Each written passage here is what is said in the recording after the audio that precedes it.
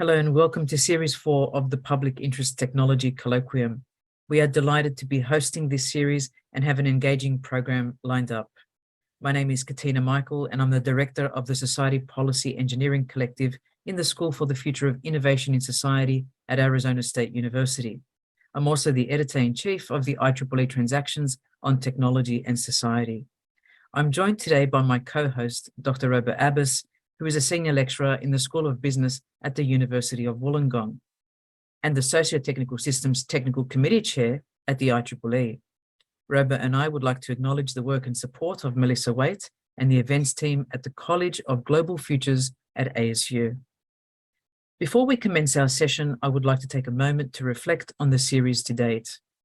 We journeyed from Series 1, which focused on values, responsible innovation, and COVID-specific technological responses, to Series 2, which centered on storytelling, imagination, and participatory design methodologies, to Series 3, which emphasized the global perspective with respect to the social, regulatory, and ethical considerations relevant to the design, development, and delivery of technology in the public interest.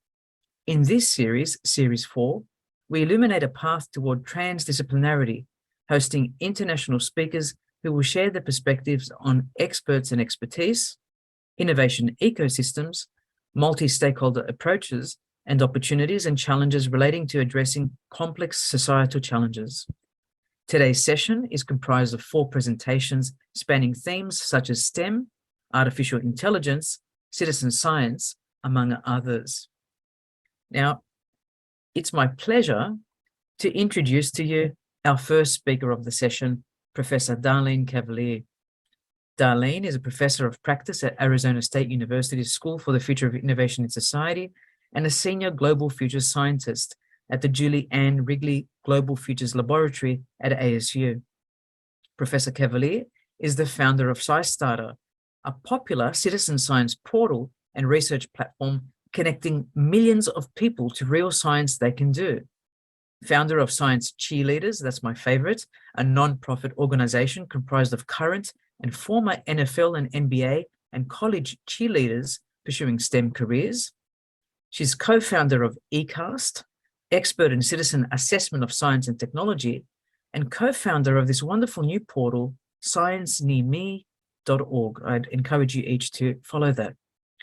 She's a founding board member of the Citizen Science Association, an advisor and fellow at National Geographic, a member of the EPA's National Advisory Council for Environmental Policy and Technology, appointed to the National Academy of Sciences, designing citizen science to support science learning committee, and named co-chair of America's 250th Innovation, Science and Entrepreneurism Advisory Council.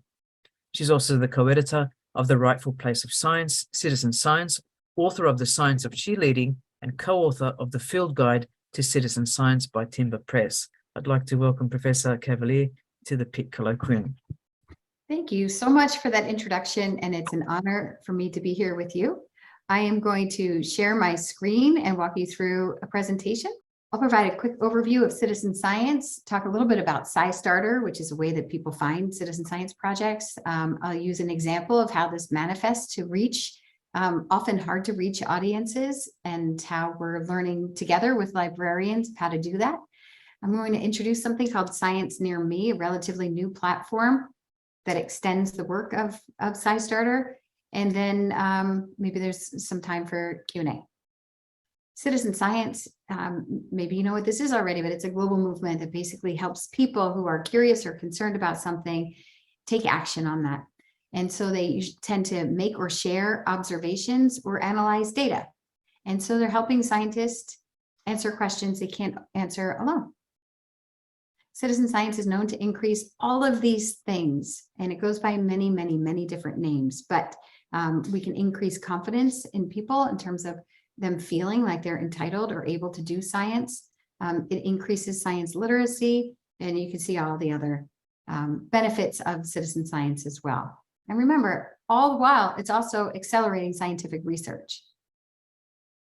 Lots of organizations are involved in this. So this is serious science now.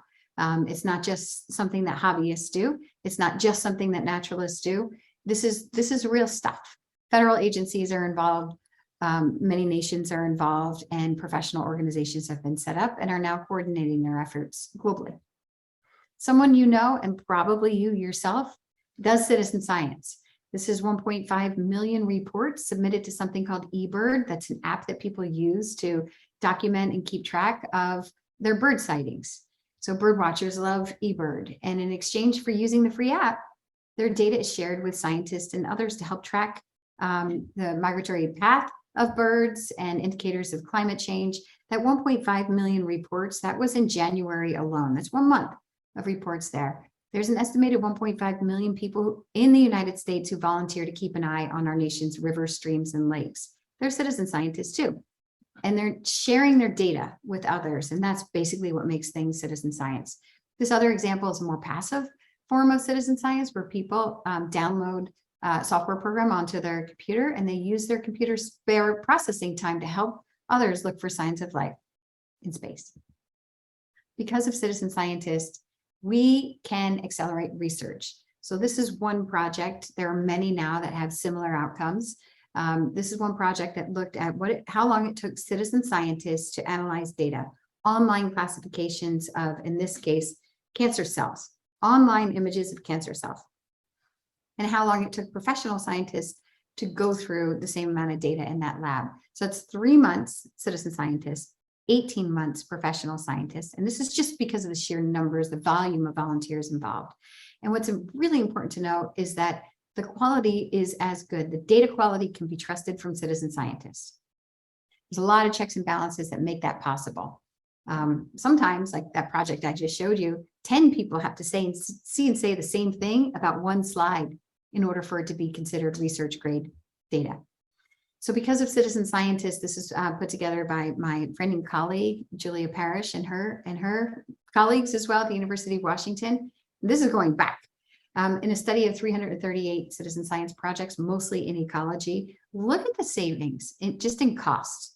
This isn't to say that citizen science is free, because to do citizen science well, there's an investment. There's an investment in your time as a volunteer, of course, but there's an investment if you're the practitioner, or we'll hear from Andrew later, a lot of time that goes into developing platforms, developing and sustaining projects, replying to the needs of the volunteers and so forth. So it's not that it is free, although, it's in some ways free labor, but you can see how this has been translated into an economic value as well. Citizen science, as I mentioned, is serious science because of citizen science, and there's so many other examples beyond this. We know that bird populations have declined by 50%. This is all from citizen scientists. We know that birds are breeding earlier. From researchers at North Carolina State University, we know that there's 50 types of bacteria that live in your belly button. And we know that because participants in that project actually swabbed their belly buttons and sent their Q-tips back to North Carolina State University where they were analyzed. Also, Alzheimer's research is accelerating. That's a really interesting project called Stall Catchers. It's the first one here on the screen in green. If you get a chance to Google that or go to SciStarter and look for Stall Catchers, it's a super important project that enables people, intergenerational volunteers in that one, to help look at videos of blood vessels and determine whether or not there are stalls or flowing blood. And that's one just to look at. It's incredible, and they're doing some new drug discoveries as a result of it. So moving on to SciStarter, and I know I'm talking fast, it's just we have so much to cover here. SciStarter is a platform that's supported by the National Science Foundation and a lot of other federal agencies and private organizations, private foundations. It's a website that helps people find opportunities to engage. So something for students who might be listening here. If you feel like there's a gap and you feel like you can fill it, go ahead and fill it. This is how SciStarter came to be. I was in graduate school at the University of Pennsylvania, wondering how somebody without a formal science degree like myself could get involved in science without having to go to school to become a scientist or a policymaker or an educator. And I started learning about, wasn't quite called citizen science, but all these amazing volunteer opportunities to participate in science. But it was actually difficult to find. You had to know to look for participatory research or the term citizen science and so forth. So SciStarter was my way of organizing these opportunities so I could find them and write about them for my capstone paper, but also so I could find them later when I wanted to engage in them. And then just opened it up to the public and invited others to tell me about projects they knew about. And here we are, thousands of projects later. And, like I said, millions of people who visit this site. So that's just a shout out to students who are listening. If you feel that there's a gap, there's probably a gap. Just start filling the gap. You never know where it's going to lead. Millions of people enjoy science and nature. I know this because I worked at Discover Magazine before I went back to graduate school. And Discover Magazine had millions of readers, many of whom didn't finish college, most of whom did not have any kind of science degrees, but they paid to read the magazine. That's because they enjoyed learning about science and nature. What I didn't know is that thousands of scientists actually need help from the public. And so SciStarter helps connect them. You can see from SciStarter's website, there's a project finder. This just helps, we tag all the projects that come in and we help people find the right one for them, because it doesn't help to have thousands of projects when you're only looking for the right one. So I will guarantee there's a project for you, no matter where you are located, no matter what your interest is, no matter how old you are, how much experience you have, whether you have access to instruments or you don't, there are projects that need your help. National Science Foundation supported us to develop what's called affiliate tools. And Andrew's, well, there you go. Press the Game is right front and center. And that was not because Andrew's speaking next. That's because we look at gold star, basically gold standard projects, ones that we feel are going to be around for a while, ones that respect the time that volunteers put into these projects, and ones that just would benefit from a little extra lift, promotional lift. So affiliates use tools that report back to SciStarter. Most of these projects are not done on SciStarter. It's more like Amazon. You find it, you go, you learn a little bit more about what you have, you come back and maybe you find your next project. So what we wanted to do is understand how engaged people were after they left our site and enrolled in these projects. So the affiliate tools report back to SciStarter how frequently people are participating in each of these projects. And you can imagine how valuable that data is for people who study learning, science education, science engagement. So I'll look at some of the benefits of SciStarter. Our tools benefit everyone in citizen science. One is project leaders.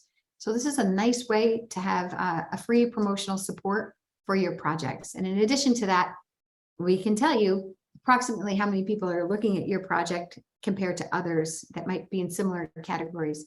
How when people are contributing to your project, what other things they'd like to look at, because this helps project leader to project leader join forces and in many cases, develop new research questions when they see that they're actually reaching the same audiences, which is great.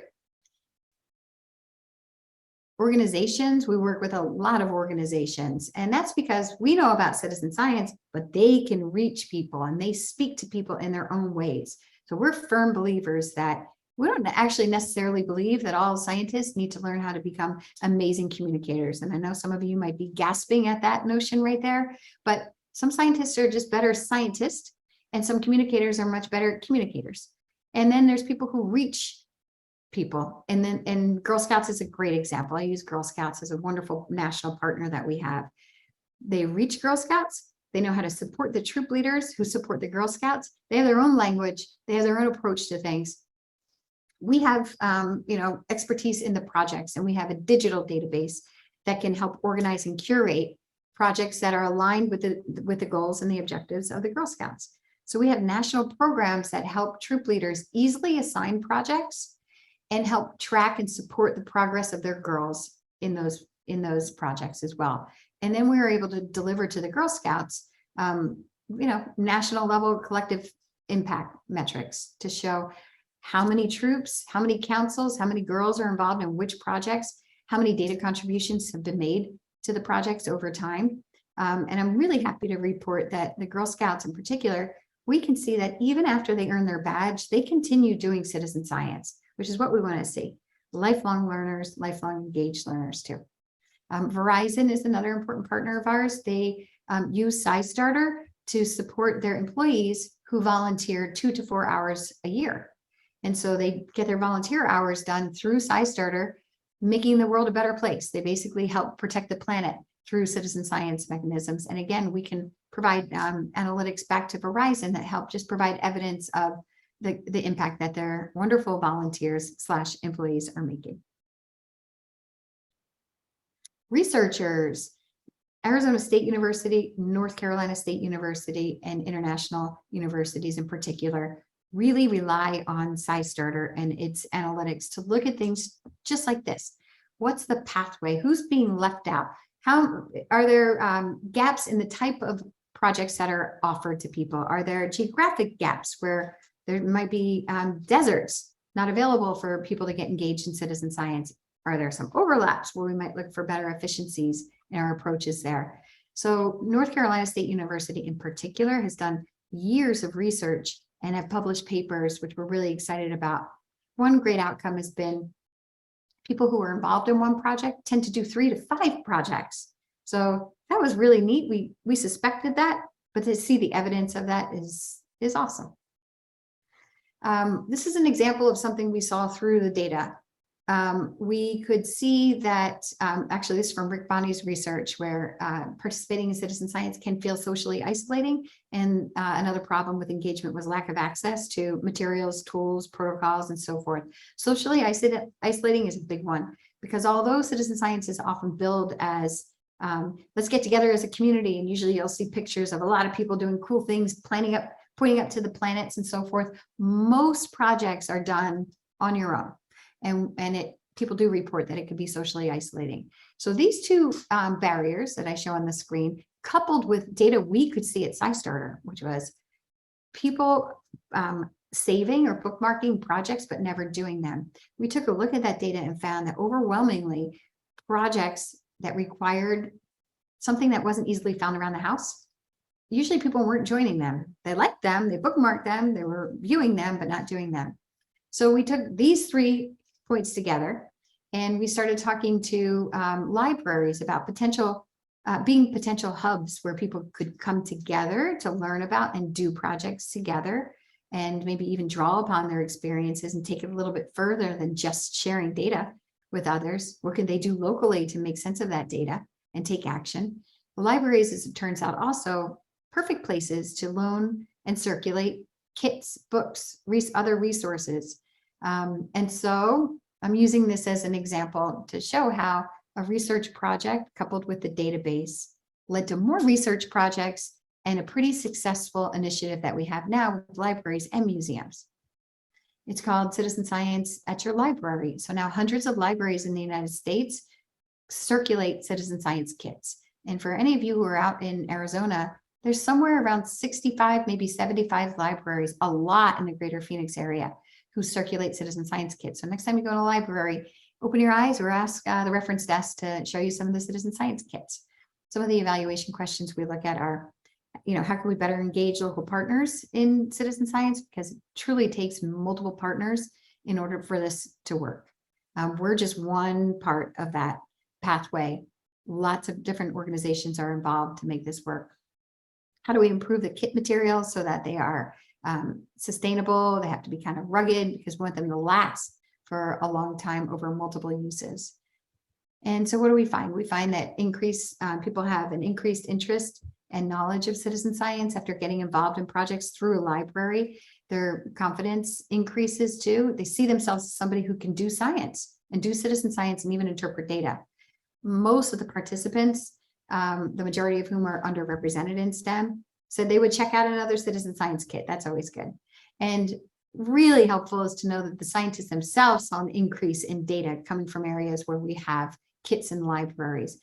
Using Arizona as an example again, the project leader for a project that monitors and tracks light pollution. This is basically artificial light that impairs your ability to just stare at the night sky. There's also health impacts related to light pollution. It disrupts sleep. There's a lot of reasons to get involved in this light pollution project. The leader of that project said, Darlene, what is happening at Arizona State University? What is happening in Arizona that we see such an increase in engagement there? And that was about the time we started rolling out the light pollution kits in Arizona, because people in Arizona love looking at the night skies. I'm going to zip through some of this. This will all be included here in the slides for you to look at later. But if you're a librarian, or if you know a librarian, a teacher, anybody else who's a facilitator, know that these kits are free and available. In other words, you build them yourselves. We put the recipes up for anybody to build them and customize them and use all the materials that we make open source. Along with this comes trainings, Foundations of Citizen Science trainings, just introducing people to what the heck is citizen science. This is a self-guided training module developed by the instructional designers at Arizona State University, linked with Canvas, linked with Badger, so that it's not just a fun, cute badge like that. In that badge is baked is metadata that proves and has evidence of the skills and competencies that somebody acquired or practiced in doing these trainings. And these are all free as well. 12,000 people have already completed that Foundations of Citizen Science, and it's been up for less than, it might be a year and a half now. That's a prerequisite for all these other trainings that are there. Take a look. It's a quick way to get to become almost an expert on citizen science. We always use scaling strategies. We look at pilot projects first. We see what works. There's been plenty of times where we left things on the cutting room floor because we didn't get good feedback back on the pilot. And later, those same projects, when their time is right, we might dust them off, pilot them again, iterate and scale. But these are our scaling strategies in terms of the library project. So I have a little bit of time to tell you a little bit about Science Near Me. So what SciStarter does from a technical standpoint is somebody can add a project to SciStarter. We review it and a team looks at it, and they either publish it or they get back to the person and they ask them some questions, and then they decide if they're going to publish it or not publish it. We also import from other sources. It might be a platform called citsci.org. It might be a platform called Anecdata. It might be the federal inventory of projects. We share standardized metadata about all of these opportunities, or we'll call them projects, so that we can push and pull between different databases. That way people aren't adding to multiple databases, which is great. So we that enables other people who want to create searchable databases on their own websites. They can just use our free tools to do that. And a lot of them do. Look at PBS SciGirls. You'll see it's actually the SciStarter database in a beautiful SciGirls interface, which is wonderful. And that's what allows us to look at the movement and the behavior and the learning outcomes and patterns of engagement of people involved in citizen science. We can start to see, where are people coming from when they come over to SciStarter? What are they looking at? What are they doing? Where do they leave? How often are they involved in that? So this is how we know people coming from the Girl Scouts they stay engaged longer. That's great to know. That's because of all the analytics.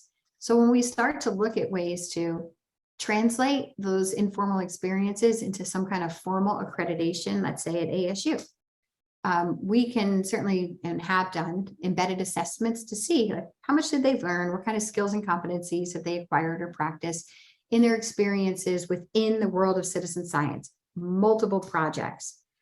But then we started thinking, mainly because I would sit in National Science Foundation co-PI meetings with other co-PIs and hear that the questions we have are very, very similar to questions other PIs had in different domains. So mine might have been for citizen science, but then my friend Dorothy is looking at very similar issues for the world of makers. And our friend Mahmood might be looking at similar questions in the world of participatory technology assessment, or people who are involved in policies. My friend Ben is looking at very similar questions in the world of live science events and festivals. And of course, there's those who study the same thing with museums. So I started wondering, how might we use the SciStarter model and apply it to other forms of public engagement in science? How can we link our node into other nodes? And so from that, Science Near Me was born. So this is what Science Near Me is in beta. It'll probably be in beta for a very long time because it's pretty complicated. What we do is we have partners where we connect the back ends of the databases. So again, somebody won't have to add records over here with records over here, but they span different types of public engagement in science domains: citizen science, live science events, museum programs, participatory technology assessment, maker events. These are all now united in Science Near Me. And all that backstory that I just told you really does not matter to somebody coming to Science Near Me. They don't care. They just want to find something cool to do. Maybe coming up on the weekend or something with their family or whatever it is. The idea here is Science Near Me is a place where they can find it fast, and we can link them over to the original source of that fast. And then in the process, what we have is new learning pathways, new engagement pathways. Now, right now, of course, it's just looking at trace data. Where are people coming from? What are they looking at? What are they searching for? Are they clicking to save or to join any of these activities? And what does that pattern start to look like? Let me see if there's, and all of this is so we can better understand how people participate in opportunities all across these STEM domains. We've identified these, of course, there's more. But you'll see on Discover Magazine's website, which is, as I mentioned, where I used to work, and now I'm very happy to be working with them again. We are starting to embed these opportunities where people are already. So you might be reading an article about a ruby-throated hummingbird, and up starts to pop opportunities for you to get involved in events and projects related to the ruby-throated hummingbird near you. And so these are events, not just citizen science projects. These are ongoing programs in these different domains. So I don't want to take up too much time, but in essence, the Science Near Me data analytics will also give open access to all kinds of researchers who might want to look and get a snapshot of, let's take a look at the landscape of public engagement and science opportunities that exist in the United States. And we'll have all kinds of ways for you to look at that, see how many people are checking in, getting an idea of the audience and traffic. All that will be open to you too. And that's probably my time. I'm happy to answer questions or toss it back. Thank you so much, Darlene. So impressive how much SciStarter has grown and all its auxiliaries and the breadth and depth of the work. I met you in 2018, and I'm just taken aback by the speed of how many people are coming on board and how people are utilizing their times, and this idea of partnerships as being integral and embedded in design of our world.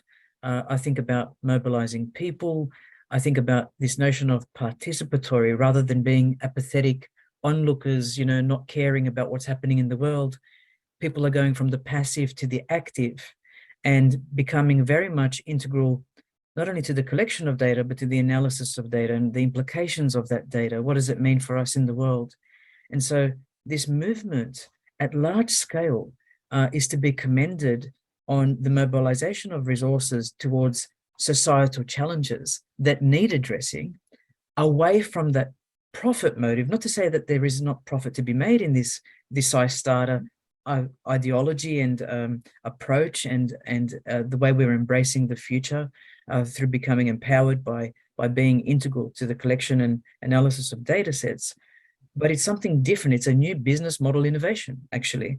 It's a way to start getting people to realize their power, right? We're empowering the stakeholders, the citizens who have potentially been sidelined in the past.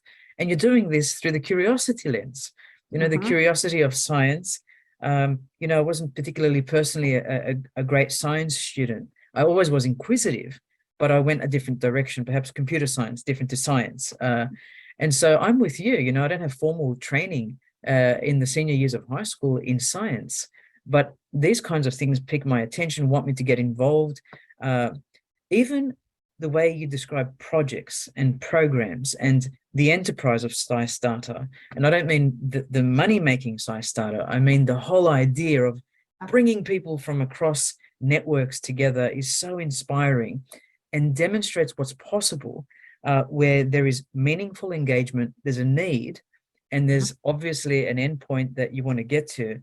So I take away collaboration from this. I take away partnerships. I take away volunteerism, a lot to do with public interest technology, actually. And these initiatives, I'm just astounded. How has this happened is what I want to ask you. Well, first of all, thank you. And I feel like I should take you on the road with me because you just are so eloquent. Thank you for saying that, Katrina. Some of this has happened by having amazing, I will say, team members, all of whom started as volunteers. I would say with the exception of Emma, who's at Arizona State University, but who I met when she was an undergrad. But she was curious and she was committed and she was all in to the program that we were doing. And you know what? Emma is a SciStarter fellow now, and she is, I think I would put her up against any citizen science expert already. So it's the drive, it's the interest, it's the curiosity, it's the passion for this. That's what all of the team at SciStarter has in common. These are, started off definitely as a labor of love for many, many years. Fortunately, we had our first small grant from the National Science Foundation, which really helped open doors. And of course, the work that we do with Arizona State University really helps scale things quickly. But you mentioned collaboration and partners. 1000%. Without them, none of this would work. And again, we stay in our lane to a certain extent. We're never going to try to talk to the Girl Scouts better than the Girl Scouts know how to talk to the Girl Scouts. And I can give example after example, even Verizon, the language they use for employees. Now we know you're never an employee 24/7. You're not a Girl Scout 24/7.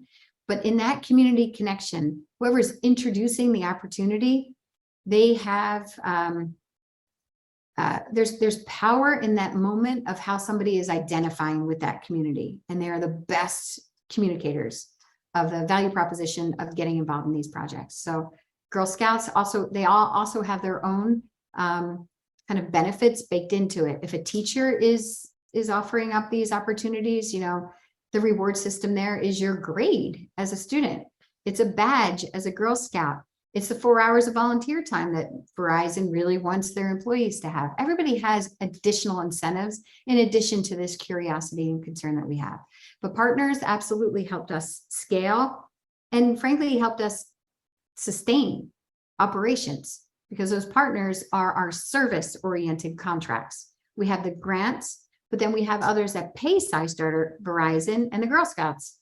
Some school districts, they have a specific need out of us. And so it's great because we are able to kind of build capacity and then leverage whatever we just develop through those funds out towards all of our other programs. So we're just very excited to be in this space. Our favorite thing is when we actually get to meet people. So we're looking forward to getting back into in-person events that happen. But I bring that up in part because, as terrible as COVID was, it actually did fuel growth at SciStarter because people turned to an online source. SciStarter became like a valuable resource for many teachers and organizations that couldn't meet in person anymore. So it'll be nice to see you in person soon too, Katrina.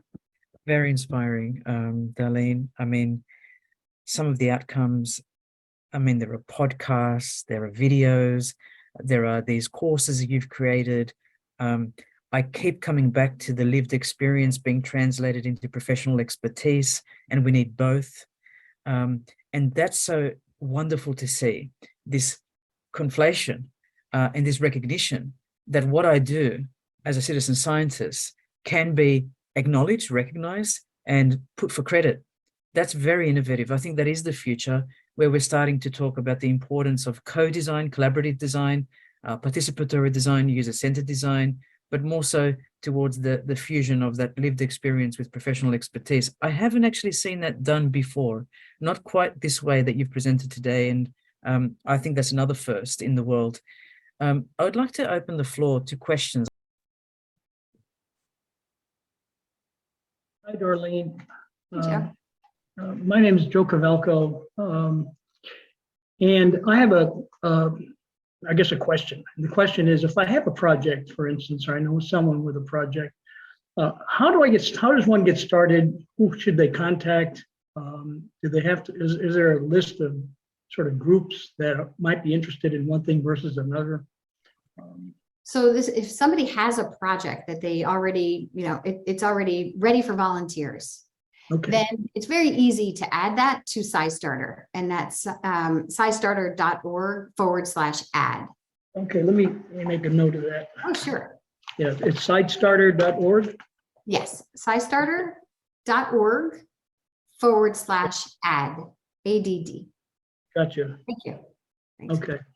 Yeah. All right. And now if you didn't have, for anybody out there who's thinking of like contemplating a project, one, I would say search SciStarter to see if there's something already out there, so we don't have more duplicates. But also Andrew's going to speak soon too, and you can see how existing platforms are already ready-made really to help with the digital infrastructure and other needs of a research question where you might benefit from working with the public.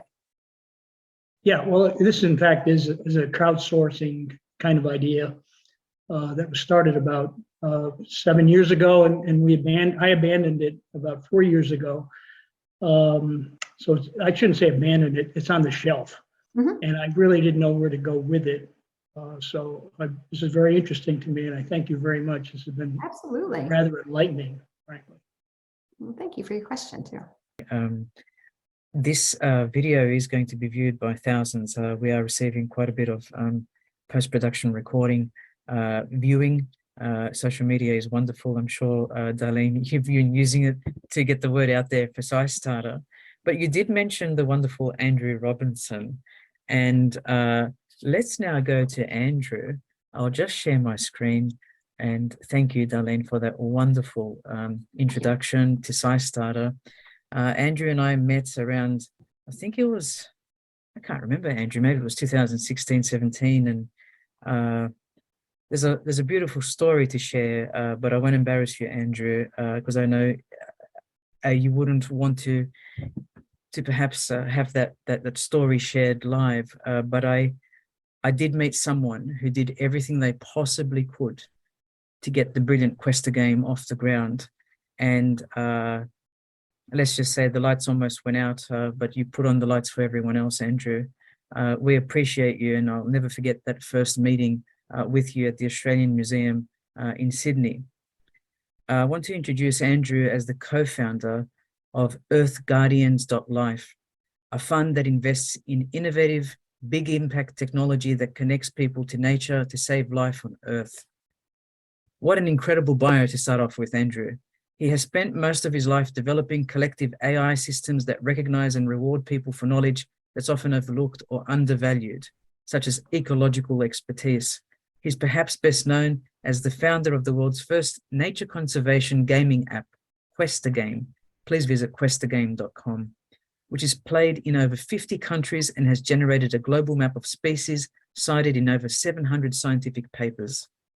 In 2018, he co-authored a white paper for a coin to save life on Earth, which has evolved into BioToken, a cryptocurrency pinned in biodiversity to health.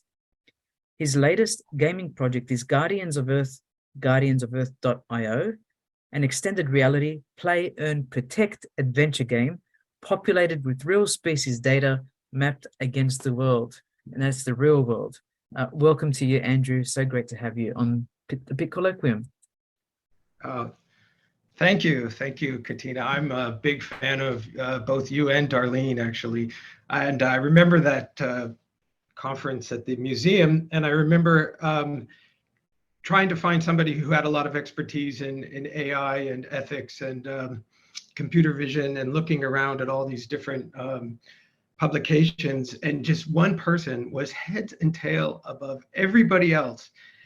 There's just so many records and so many citations, and I found out that person was just about an hour away from where we were. You were in Wollongong at that time, so it was really quite fortuitous. So I was very delighted to meet you, and you were such a bright light at that conference.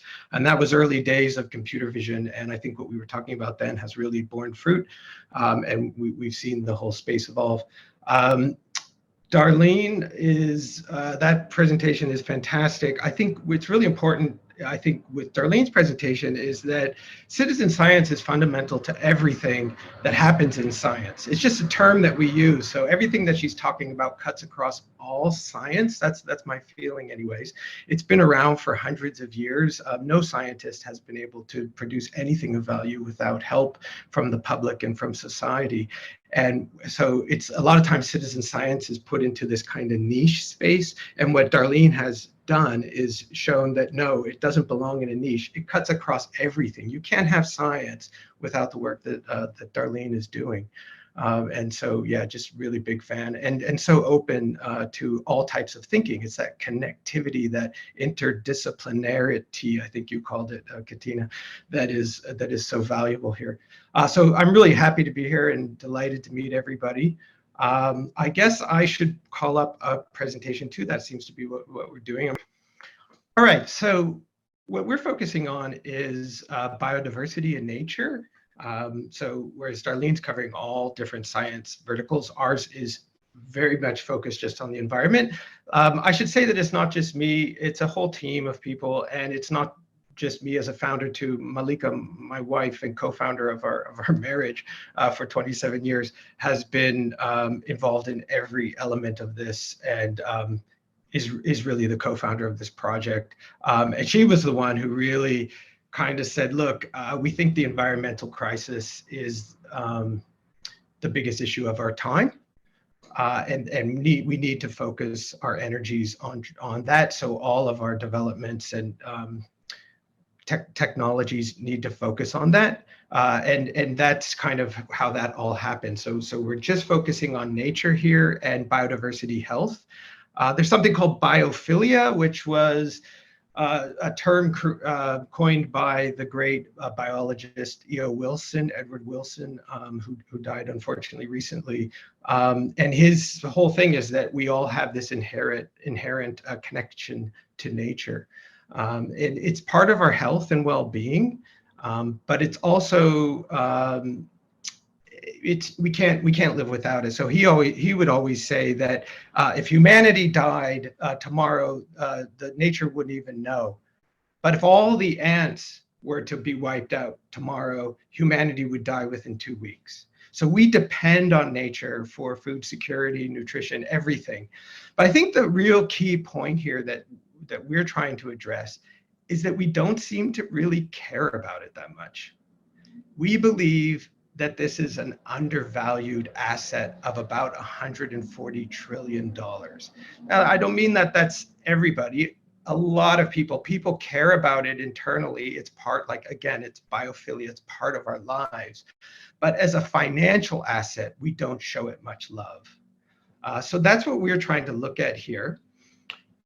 And one of the things that is happening is that we become disconnected from nature, and technology does this a lot. It disconnects us from nature. We get Mark Zuckerberg types who want to create these metaverse worlds there's no nature in there at all, and you're actually pulling people away from biodiversity more and more. And we are all looking at screens and so on. So there's many things that are barriers to our connectivity to nature, and that's a lot of distractions. But there's also other things like low ecological literacy in schools. It's not really taught. We don't have much outdoor education. I know in Queensland, where I spend a lot of time, there's now a big push to get students studying more outdoor classrooms and these sorts of things. But that wasn't a big deal when I was growing up, I know, and I don't think it's a universal thing.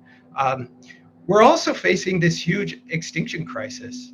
So not only are we disconnecting from nature, but nature is disconnecting from us as it dies out.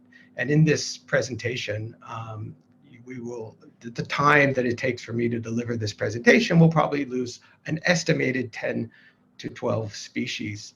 And this is happening at the highest rate in 66 million years. So this is my wife, Malika, when she says, this is the issue of our time. And we need to address, everything we do needs to address this issue. That's what she's dealing with. Now, a lot of us know this. In fact, everyone here knows this, I'd imagine, that we're facing this extinction crisis.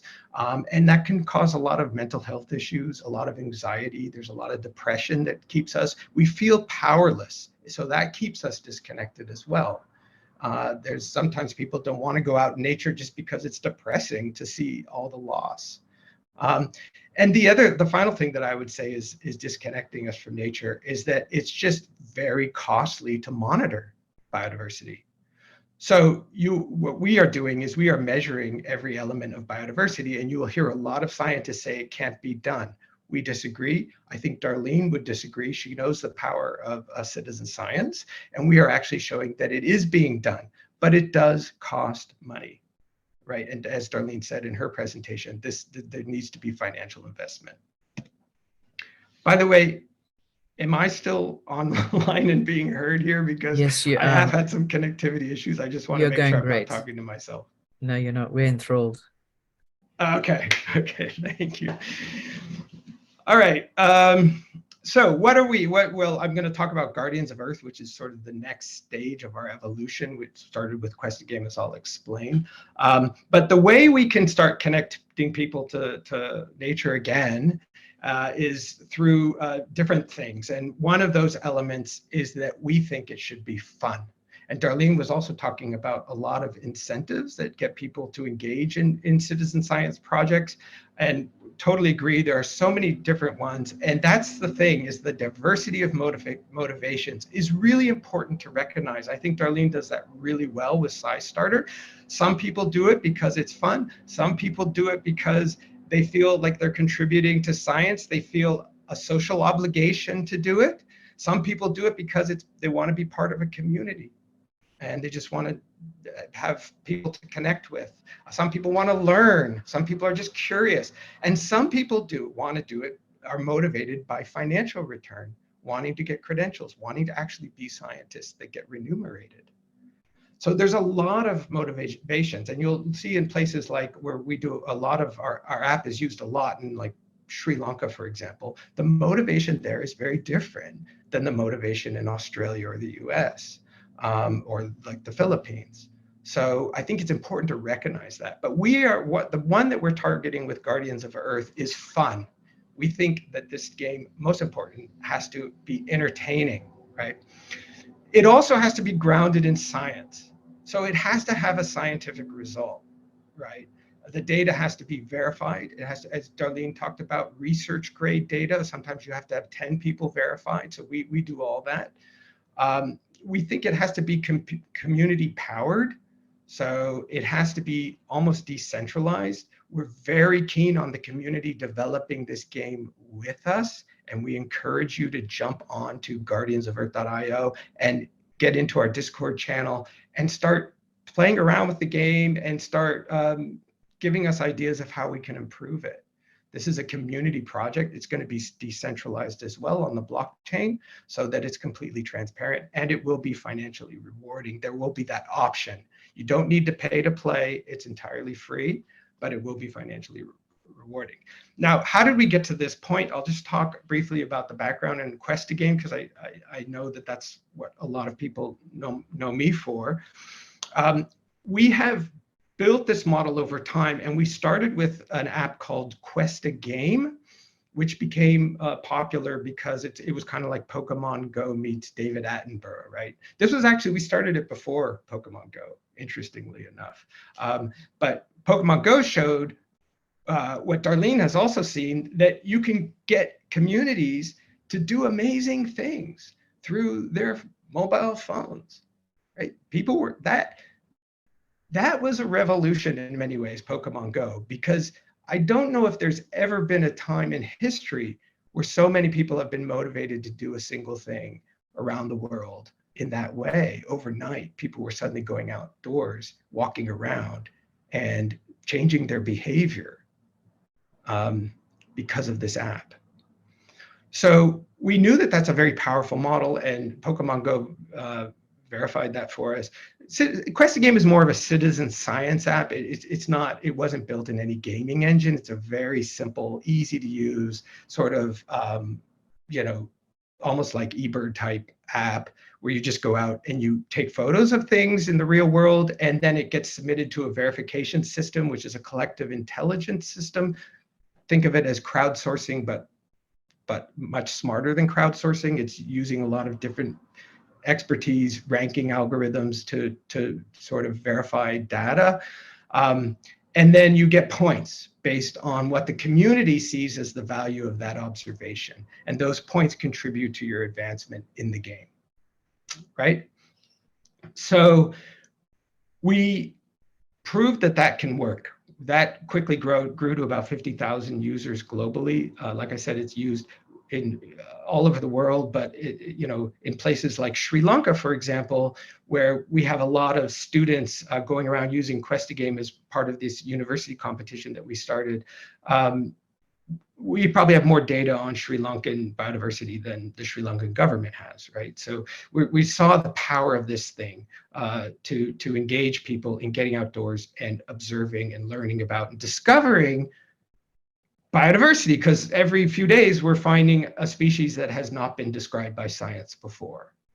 So it's extremely powerful. But you also have to figure out the verification scalability, because unlike Pokemon Go, which knows what you're finding and gives you points for it, a lot of times the system doesn't know. So it has to look to the community of experts and scientists and people who have experiential knowledge to figure out what's been found and what its value is.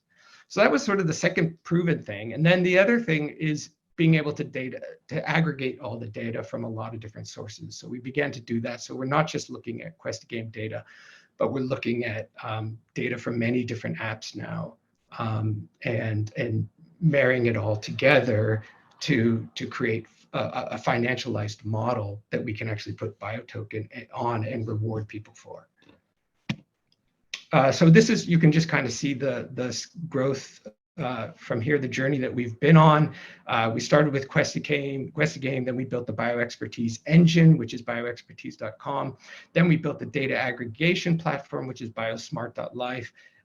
We then created a fund, so we're going to invest about 25 million in all of this for the Guardians of Earth game, plus all the other things that come out of the BioSmart system.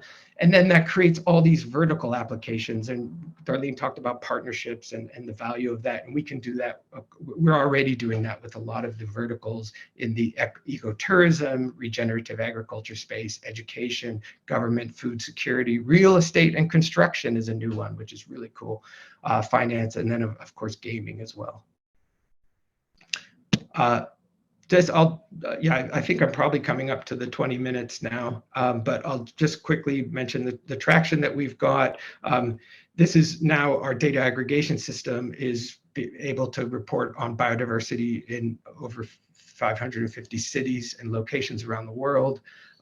We can run one for Arizona State University. Actually, I thought of that this morning. I thought I should have created one for this talk, but I'll probably do it later today and then send it through so people can have a look. So yeah, and then we're getting better and better at sort of verifying and scoring this kind of thing. Yeah, it's a big market size. This is probably not relevant to this symposium, but what we're trying to do is basically say, look, this is $140 trillion of undervalued asset. Unless we give value to it, unless we take it seriously as a financial asset, we're not going to protect it. So this is the way to protect it. Yeah, this is the team. We're starting to grow. We're always bringing on advisors. We're trying to make it as global as possible. We're trying to bring on big corporations as well. We're not, we want to be as diverse and open-minded as possible. I believe this issue cuts across politics. I don't think that politics is an issue here. Once this becomes more and more financialized, I just don't think politics kind of fades away. But coming back to that fun, so now we've got all these cool things in this game. It's a virtual world. It's mapped against the real world.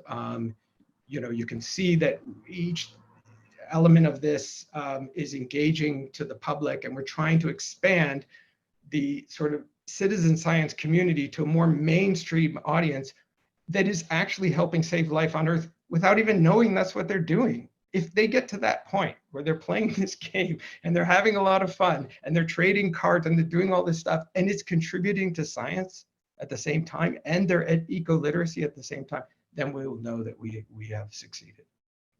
So I think I'll stop there. Is that a good place to stop? I think fun is always a great place to stop at, and so is this journey that you're presenting to us, Andrew. It was 2015. I thought it was a bit later we met, but it was in 2015. And I go back to some of the initial points you made about individuals feeling empowered. We heard from Darlene about how some people are experiencing social isolation when they're engaged in citizen science. And you brought up a very good point about how individuals might not think, they can make a difference. And it can be depressing at times. Here is this conundrum that we're faced with, the us disassociating from nature, and nature, perhaps, as you said, disassociating from us. What are we going to do about it? Again, we can be passive onlookers and go, woe is me, and there goes the world. Or we can be active and have fun while being active, grounded in science, perhaps, the power of community, as you noted.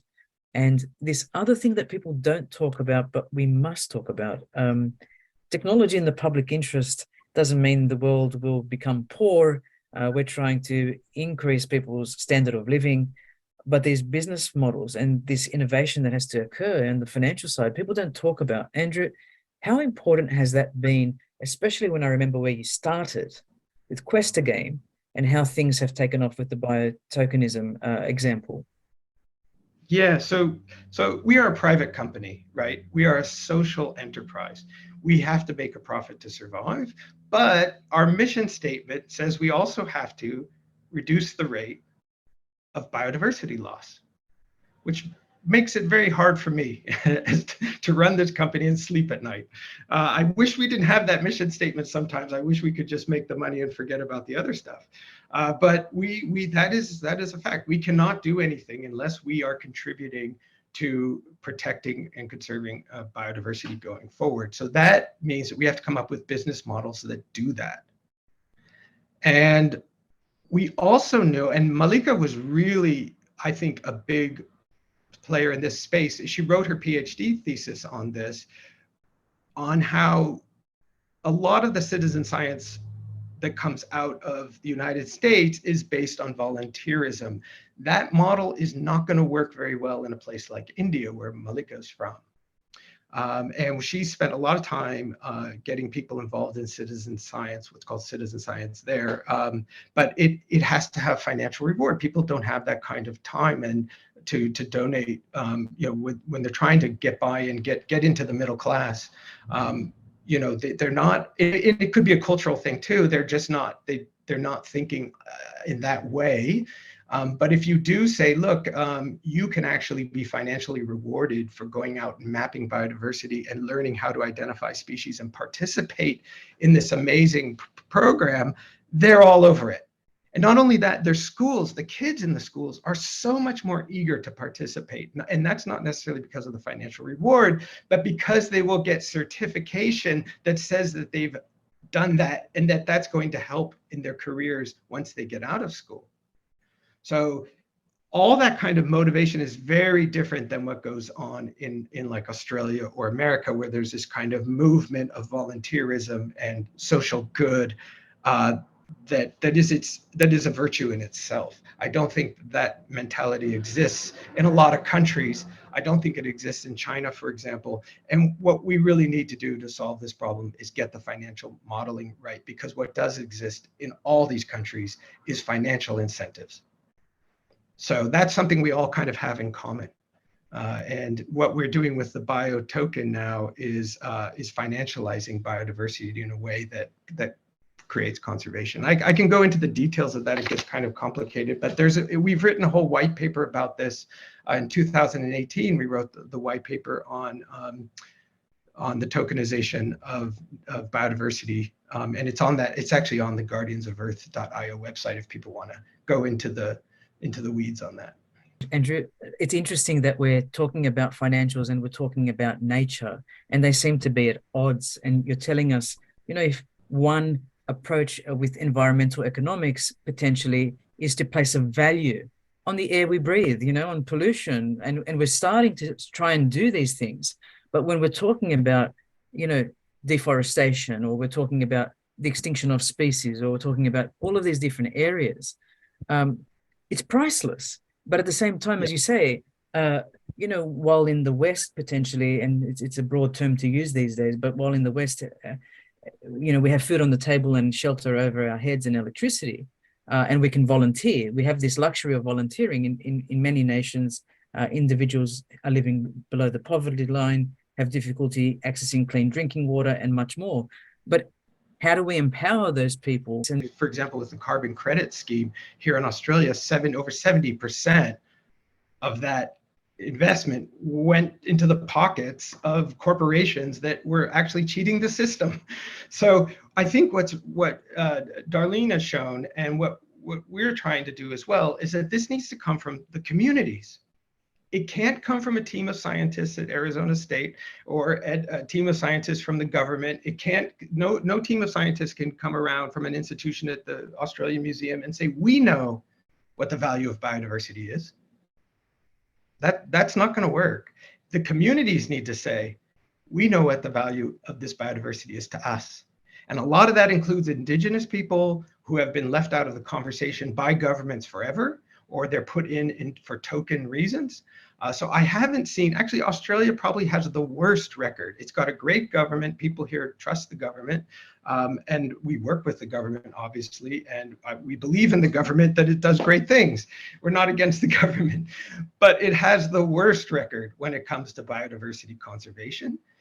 When the big fires happened here in Australia a couple of years ago, you might remember that, it wiped out tons of biodiversity. And when everyone looked to the government to say, you know, what did we lose? What was the financial asset of what was lost? How many species were lost? It didn't know.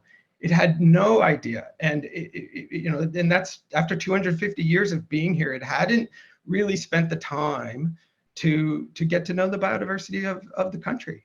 And we had that data, because the communities had been collecting that data, right? So, and the communities value it. They can say that, look, that spider is an indicator species. We know it because we've been living with it for hundreds of years. We have stories about it. And we know the value of what it means to the biodiversity. Same with the farmers. We work a lot with regenerative agriculture. They know, they're on the ground. And so I think the problem with government is that often it can be so disconnected that by the time the money and the efforts is applied, it doesn't actually hear the voices of the communities. That's the only problem. But I'm all for government putting more and more money into this issue, definitely. I would love to hear from Darlene in a moment, if she's able to unmute. And I think where I try to emphasize is I agree totally that the communities are the voice, are the people that say, look, that river system, don't you dare pollute it, because that's what we believe about it. You know, there's a spiritual element perhaps, or there's a historical element, or they rely on it for irrigation, or they rely on it for fishing, for food security. But do they have the money to support the initiative? They have the voice, they have the need, they have their cry to say, you know, stop, or please, you know, listen to us. This is invaluable to us as a resource, or in different manifestations. But my concern is, does that community actually have the money when they're not being recompensed for their crowdsourcing or their integral volunteerism, which we don't want to say volunteerism, we want them to be paid for what they're doing. But Darlene, your thoughts, because I know this is a prickly point, but it's also poignant for those people listening. Donate money, you know, that's what's going to help these causes and these communities. But Darlene, what's your perspective with SciStarter? You know, and Andrew, that was so good. That was amazing, your presentation. So it's inspired me to look again at Quest Again too. Yeah, all of us, I'm glad that you gave us a chance to see what we're all up to recently too. So thank you for that. I would say as broad as science is, so too is citizen science, so too are all of these examples. So too are the communities that are involved in it. You know, so recently, it might even be today, there's a 50th anniversary of the Clean Water Act in the United States. I think it is today. I saw a tweet out there, but I bring that up because there was a family fishery in New Jersey, and they made their money off of shad, selling a fish shad. And they kept saying, look, there's a problem. Something's happening in Philadelphia, because shad is a very interesting fish. It can go between saltwater and freshwater multiple times. So you're all probably familiar with salmon and how that can go between saltwater and freshwater. Well, because shad can do it multiple times, if it is, you know, notices that there's pollution in the water, the oxygen is being used to get rid of pollution in the water, it just turns around and goes back out. It'll come back in next time. So that means that family that depends on that shad suddenly is out there fish. And so there's an economic reason for them to get involved in an environmental issue. And no, it's not Philadelphia. Like, it's definitely Philadelphia. Well, they could actually help pinpoint it. So in some ways, they actually did citizen science to really advocate for what did become the Clean Water Act, believe it or not. This little family is involved in some of this. So that's one motivation. Economically, they were being deprived of something that they needed. And so they got involved environmentally because it affected them directly. And they had reason not to trust what they were being told. So this is where I think not necessarily just about money, but about a lot of other influences that happen where you kind of just trust that people are taking care of the situation. It really honestly wasn't until I was involved pretty heavily in citizen science that I realized my own upbringing, how much we just trusted that, hey, you know, insects, there was a truck that would come up and down the street spraying for mosquitoes and never told us to go inside. And we lived in an extremely poor neighborhood in an extremely poor town. But we just trusted that if it were bad, they would tell us to run inside. You know what I mean? It's years later where I'm looking, our house burnt down. And this is long after we moved out. The fire hydrants didn't work. And that's because they probably didn't really think to test it. And we would have never thought that because we trusted that people in charge are doing the right things. So I think that actually happens a lot where there's just a feeling to the other extreme where there are communities who absolutely know better and they do not trust, not better, they just don't trust. Those tend to be some of the environmental justice groups that say, we don't believe what you're telling us. So we're going to figure out how to do this on our own. And so they may not have the means in terms of, economic support to do things, but they kind of have that political will because they know their lives depend on it.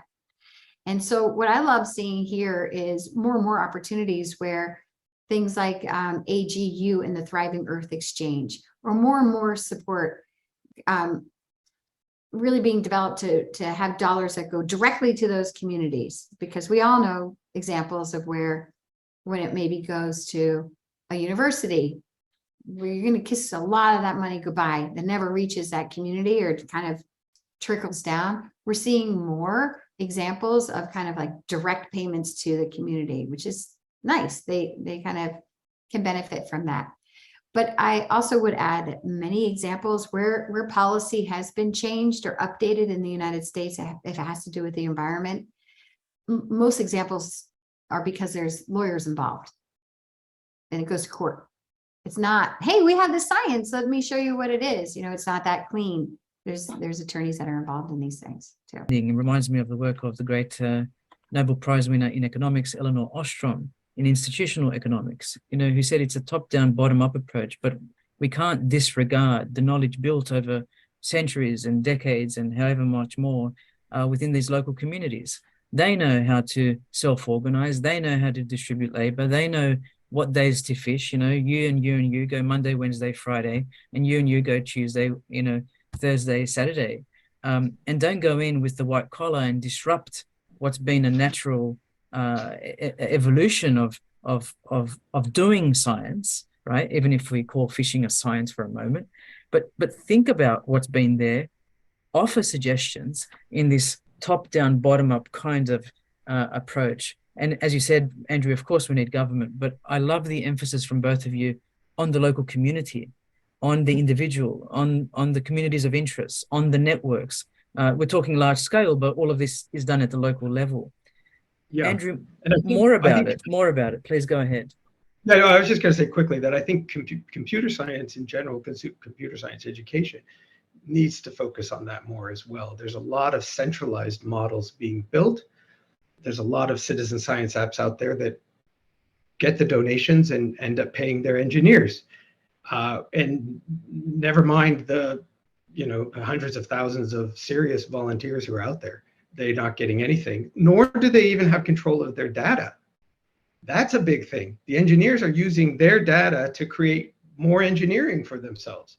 I think the computer science and the engineers need to start thinking more about distributed models that allow communities to build their own tools, to build their own AI, I really think that's important for AI to be more distributed, to be able to apply it to their problems, not just come up with single solutions that, look, we can identify everything for you. That's not helping. That's good for AI and computer engineering, but it's not necessarily good for local communities who have other needs and need to be able to apply some of the great stuff that comes out of computer science to their own needs. Does that make sense? Oh, totally. That's the essence of co-design, right? Collaborative design. It's not for us to go in and say we will do. It's to empower the stakeholders that are at that coal face and to say, we will train you, we will help you, you help us, you tell us what you know. But also when we leave, inverted commas, we're not leaving you with a problem that we've created. We're leaving you with the empowerment to create the AIs, to create the data sets that you own. That somebody else is not making an advertising dollar from behind a paywall, that we are providing the groundwork. And I think that's, Darlene, the benefit of your badges and the Canvas-based instructional design, that you've gone there and go, start here, then start to add these credentials.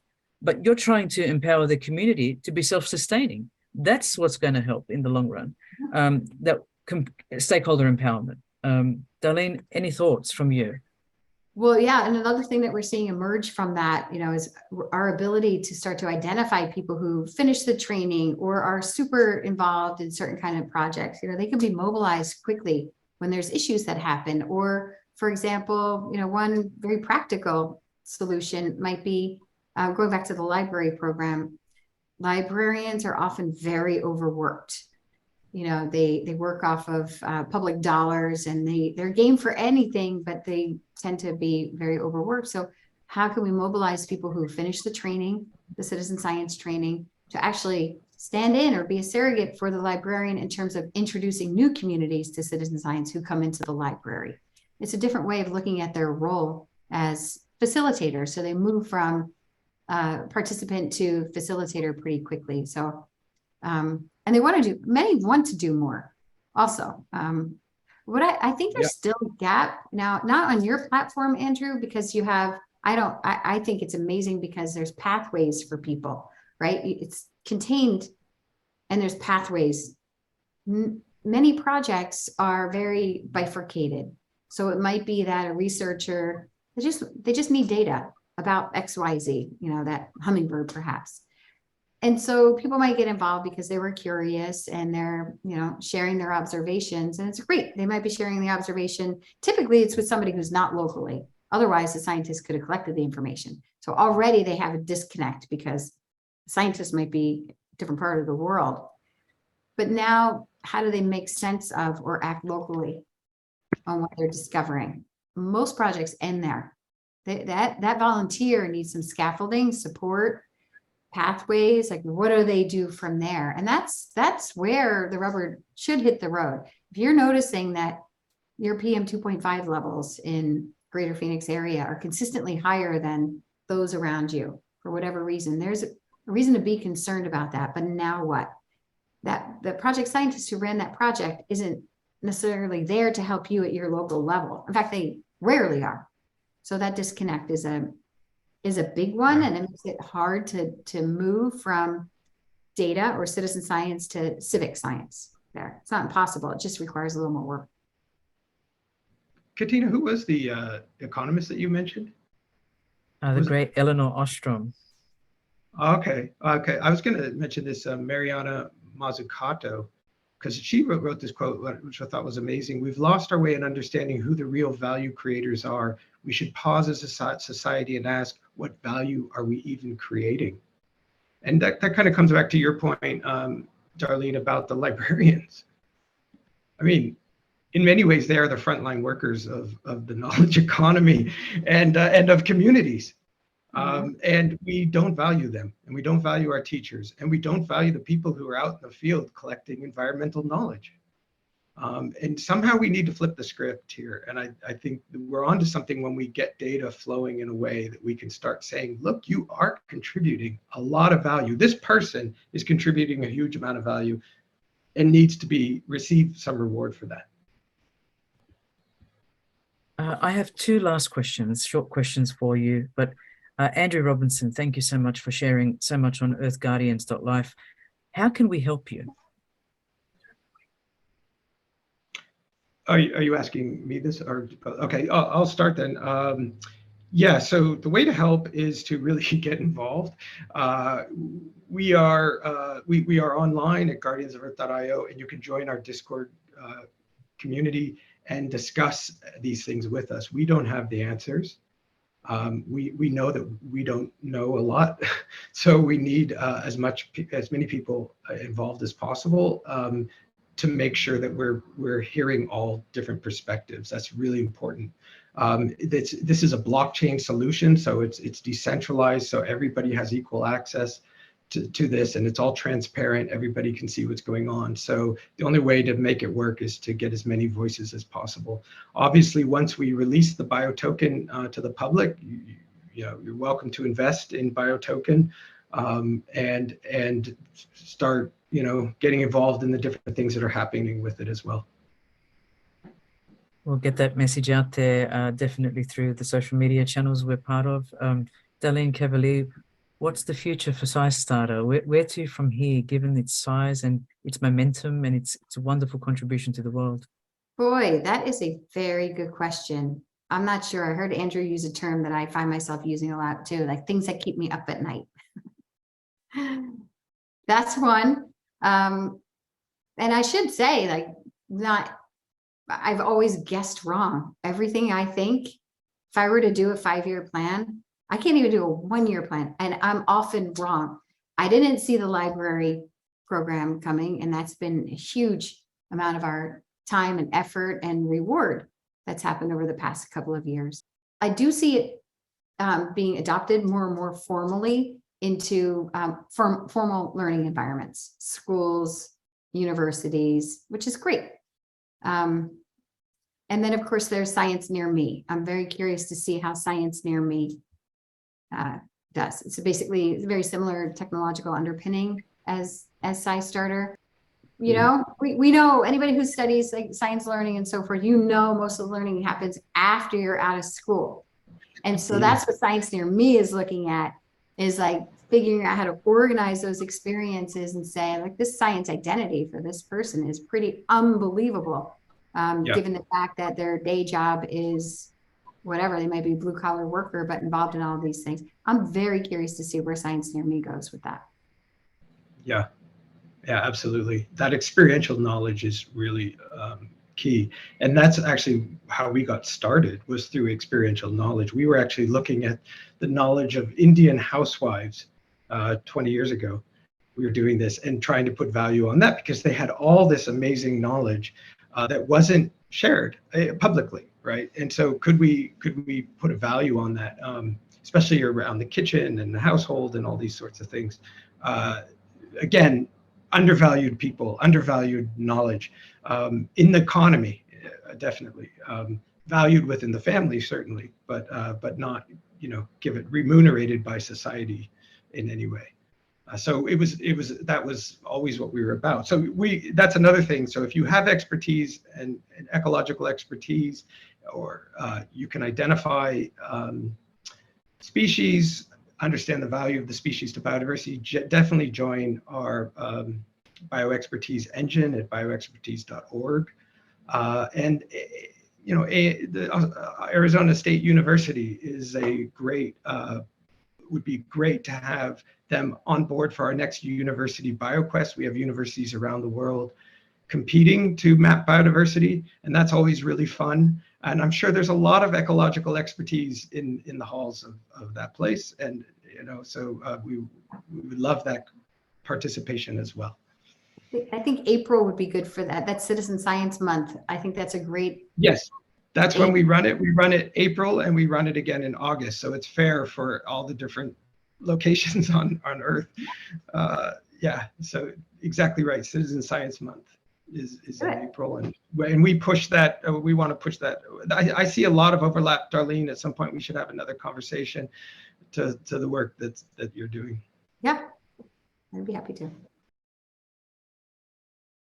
To our third speaker, Luigi Ceccaroni of Earthwatch. Welcome. somebody I've worked with since around 2015 on all matters to do with AI, citizen science, and productivity. Luigi Ceccaroni manages strategic research at Earthwatch and co-founded 1,000,001 Labs.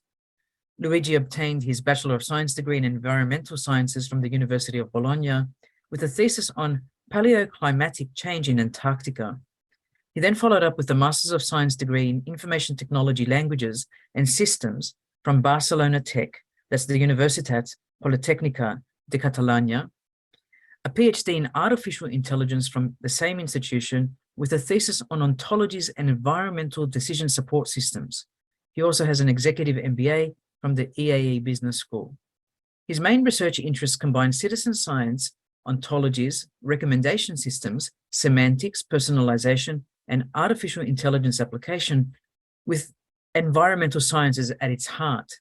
His activities include many things. He has been on a vast number of multi-million-dollar European-based awards, looking at how we can integrate citizen science to promote creativity, scientific literacy, and innovation throughout Europe and, in fact, the world. Without further ado, we welcome you, Luigi. Hi, everyone. Thank you, Katina, and thanks for having me here. I'm Luigi, and I will present a few ideas about how the connection between citizen science and artificial intelligence can advance science productivity. So we will see how this works, examples of how citizen science and AI can contribute to the productivity of science. But we will start with understanding how citizen science in general contributes to science. And then we will see what the addition of AI can provide. And we will end up with some future opportunities and risks related to this integration. Well, it's important to say that this work that I'm presenting is not just my work, but it's a collaborative work. And so you see here the people involved, and I would like to especially mention Alexis and Katina, who are around. And you will hear from Alexis later, or maybe you already have heard from Alexis. Well, I don't know the background knowledge in the room about citizen science. So let's just have a quick view of what is defined as a citizen science from, for example, the Oxford English Dictionary. So citizen scientists can be defined as members of the general public who engage in scientific work, often in collaboration with or under the direction of professional scientists and scientific institutions. So you have a flavor of what we consider citizen scientists. This is just one definition among many possible, but yes, it's a general public collaborating with scientists and contributing to science. So how citizen science usually contributes to the productivity of science? Well, many ways. For example, accelerating the discovery, for example, producing a lot of data, addressing some societal or environmental challenges, sometimes testing new concepts, and most importantly, creating a more informed and active society. Generally, citizen scientists collaborate in collecting and analyzing data. And this can happen in many different domains. It could be environmental sciences, it could be astronomy, it could be medicine, something related to health, something related to environmental monitoring. And of course, if some of you are experts of citizen science, you will immediately think, well, but it's not only data collection and data analysis, which is true. Citizen scientists can participate in many, many more roles. And as you see, collecting and analyzing data are just two of them, but they can be involved in many other steps of the scientific process. But yes, I just focused on the most important ones or the most common ones. If we now try to understand what we gain from integrating artificial intelligence into the citizen science world, then we can probably mention a few opportunities of gain. In particular, and it's important to understand that this is not the opportunity or the gain related to citizen science with respect to traditional science, but from integrating artificial intelligence into citizen science. So we gain in cost effectiveness, we have faster data processing, we have improved accuracy, we have an increased engagement of stakeholders, we can have better impact assessment, more efficient monitoring, and also when applied to the environment, we can have improved actions in the task of improving our environment. But let's see some specific example of how this happens in practice. So the most mentioned and the most famous example is when artificial intelligence is used to identify or better identify patterns, and in particular in biodiversity patterns related to animals and plants. So you see here an example. You probably have heard about Galaxy Zoo and the Zooniverse in general, in which citizen scientists are engaged into a classification task, and they can help in identify and classify patterns, in this case of galaxies. Another example, which is very well known, is iNaturalist, in which AI is helping in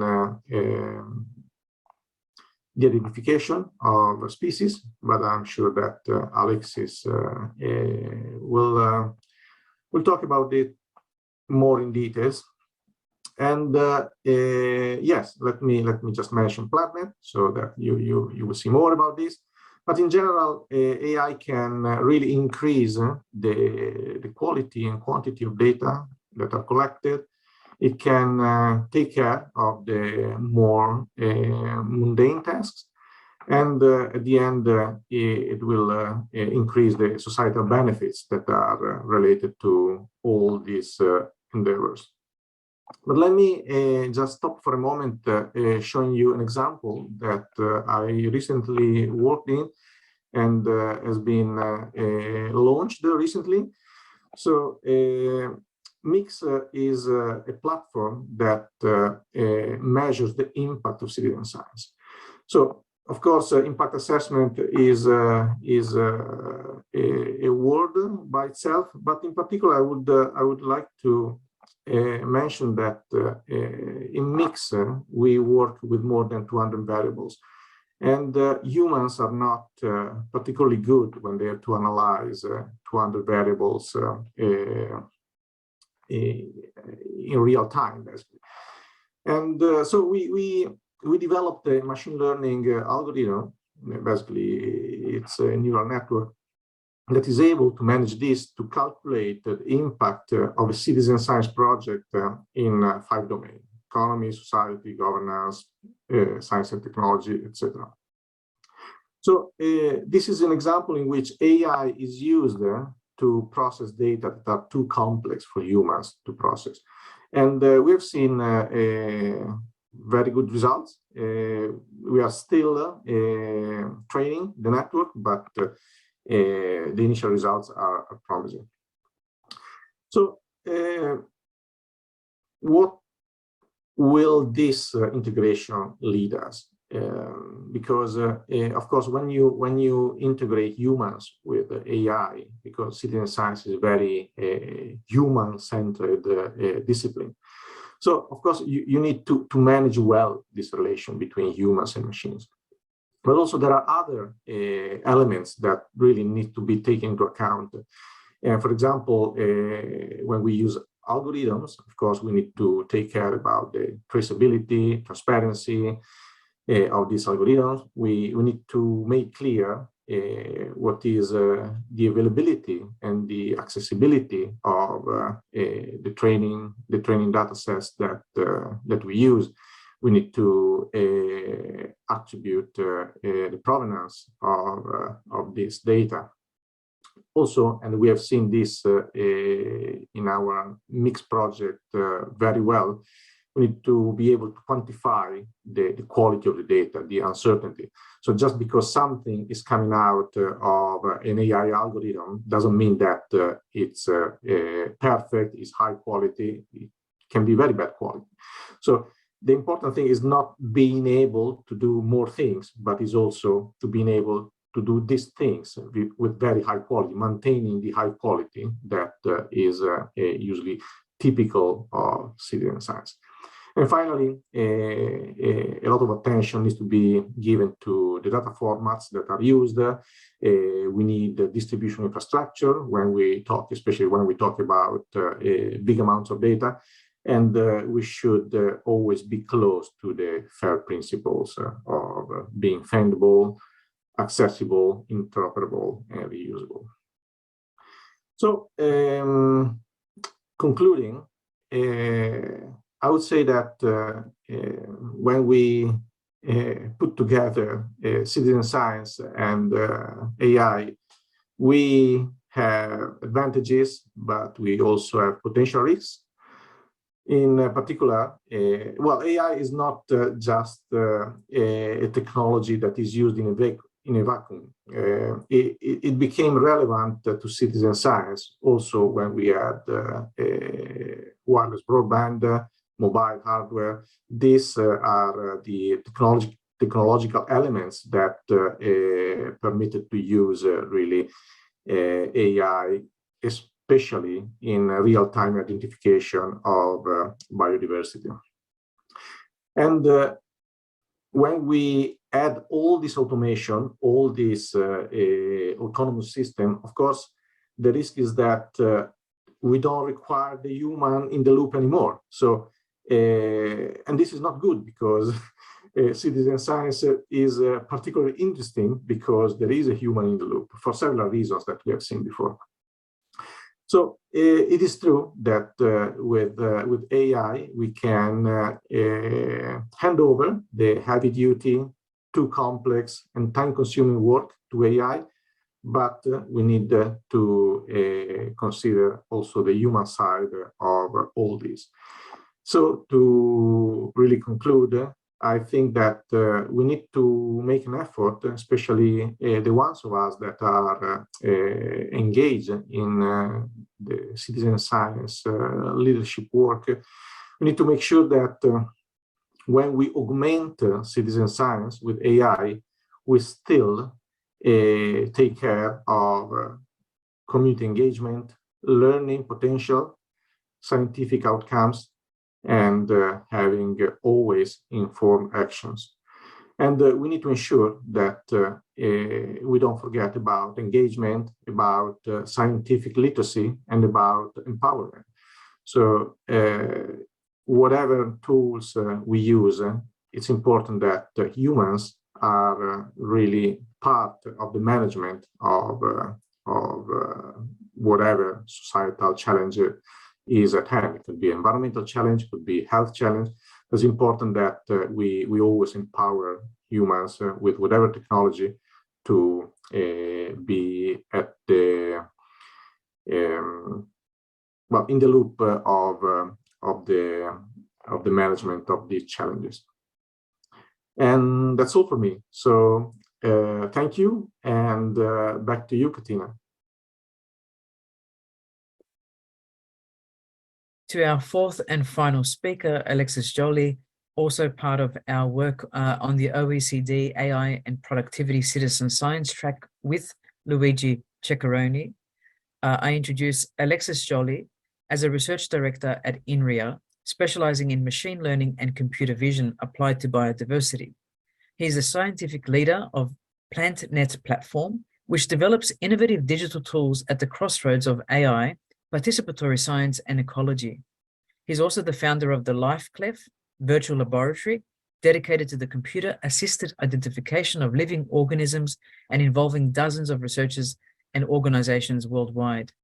How wonderful to have you with us, Alexis.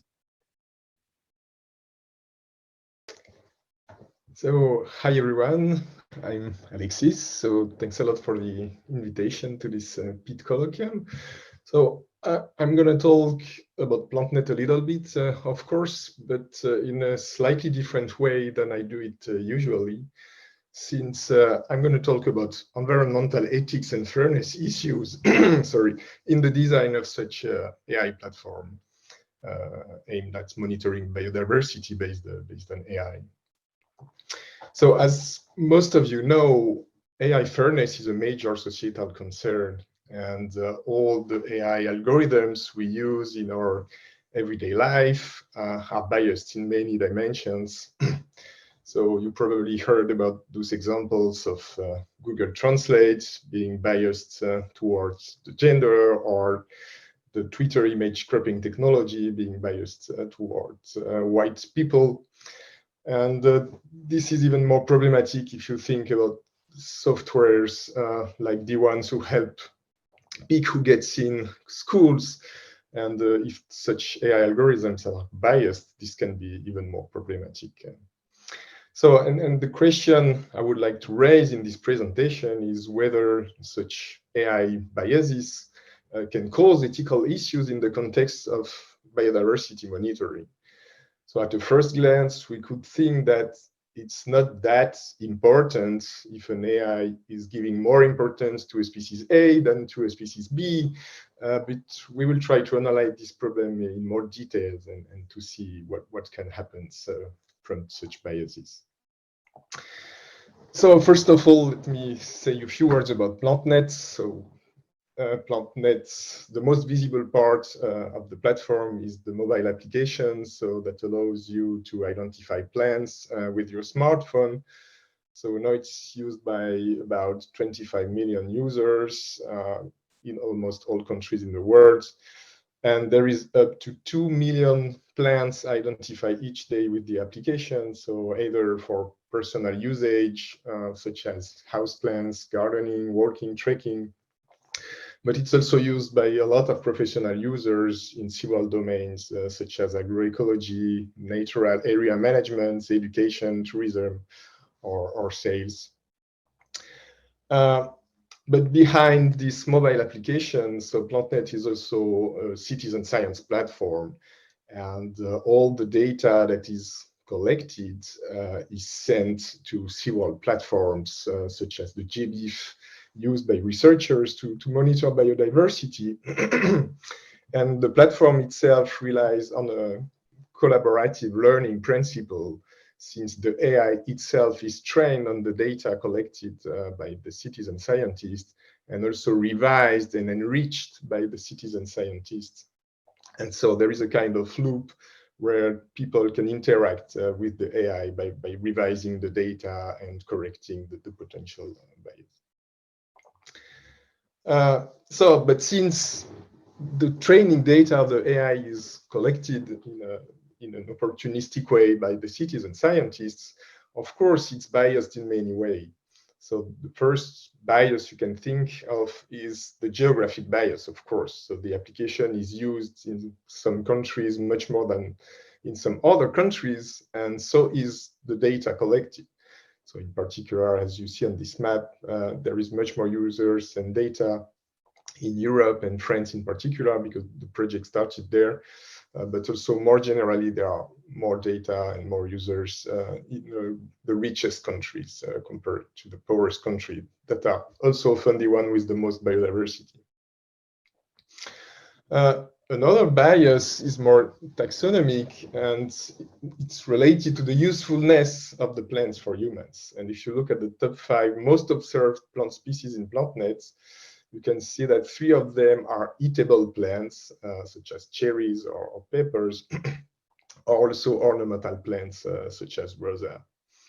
So more generally, there is an aesthetic bias in the data. So plants with very pretty flowers are much more observed than more common plant species, such as the one you see on the right. Also, the size can be a bias.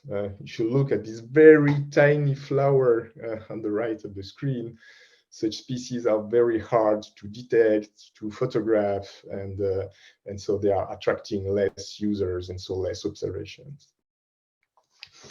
And just the rarity itself is a bias. So if you look at the 2 species, they are very similar visually. So even expert botanists have difficulties to distinguish that 2 species. And this happens often in plant biodiversity. And the reason why it has much more observations than the other is just that it's more common. And so people observe it more oftenly. So more generally, if you look at the distribution of the number of images per species in PlantNet, you have a very imbalanced distribution with a small part of common species with a lot of training images, and then a long tail of all other species for which there are much less images and sometimes very few images illustrating them in the database.